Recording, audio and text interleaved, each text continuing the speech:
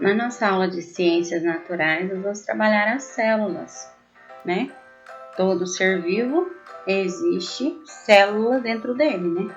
Então, as células são a unidade básica fundamental dos seres vivos. Todos os seres vivos são formados por células.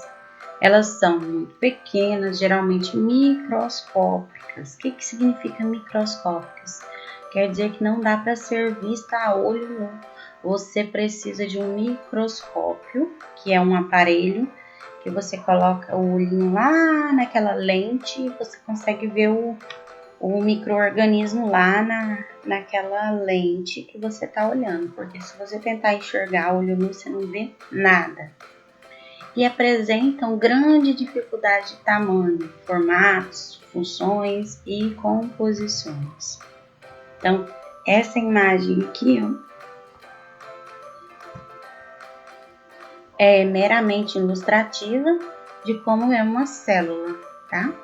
Então, os seres vivos podem ser formados por uma ou mais células. Organismos que são formados por apenas uma única célula são chamados de unicelulares.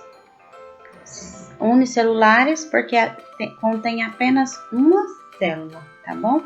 E organismos que são formados por várias células são chamados de pluricelulares.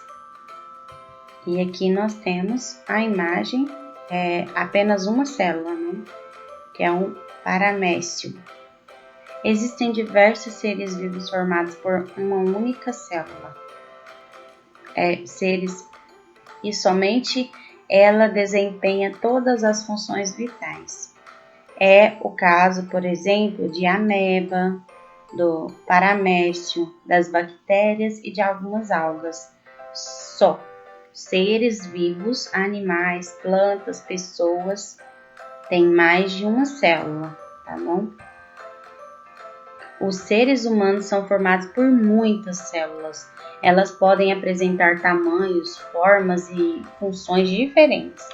A pele, os músculos, os ossos, os nervos e o sangue, por exemplo, apresentam células diferentes. Vejam alguns exemplos. Então, aqui nós temos uma célula muscular, né? Tecido muscular mostrando células que compõem esse tecido muscular.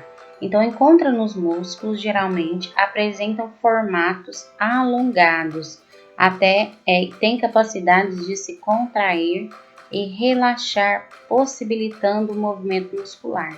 Então, aqui nós temos a musculatura e essas sementinhas azuis aqui, ó, são as células, tá bom? Na nossa outra imagem é o neurônio, célula que faz parte do sistema nervoso, que inclui órgãos como o cérebro, é formado pelo corpo celular e seus prolongamentos, dendritos. Os dendritos são responsáveis por conduzir as informações necessárias para o sistema nervoso controlar as funções vitais.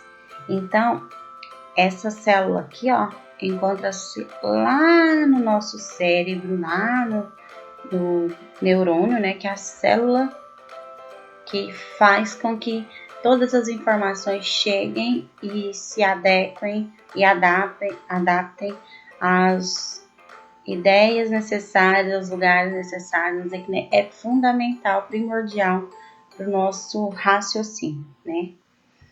E essa daqui, ó, é as hemácias. As hemácias são células presentes no sangue que promovem o transporte do gás oxigênio pelo corpo. Então, essas aqui são encontradas, né, no nosso sangue, tá? Agora, para ficar mais claro o entendimento, eu vou colocar um pequeno videozinho explicando sobre esses organismos, tá bom? De acordo com a teoria solar, todos os seres vivos têm algo em comum, eles têm células. Mas nem todos os seres vivos são iguais, e uma das formas de diferenciá-los é pelo seu número de células. Basicamente, eles são divididos em dois grupos, os unicelulares e os pluricelulares. Vamos falar primeiro sobre os organismos unicelulares. Um organismo unicelular é aquele que é formado por apenas uma célula. São exemplos de organismos unicelulares as bactérias e os protozoários. Essa única célula precisa então realizar todas as funções para que o ser unicelular possa sobreviver. Agora você já imaginou comer, beber, fazer xixi, respirar com somente uma célula? Pois os organismos unicelulares fazem funções parecidas com essas com somente uma célula.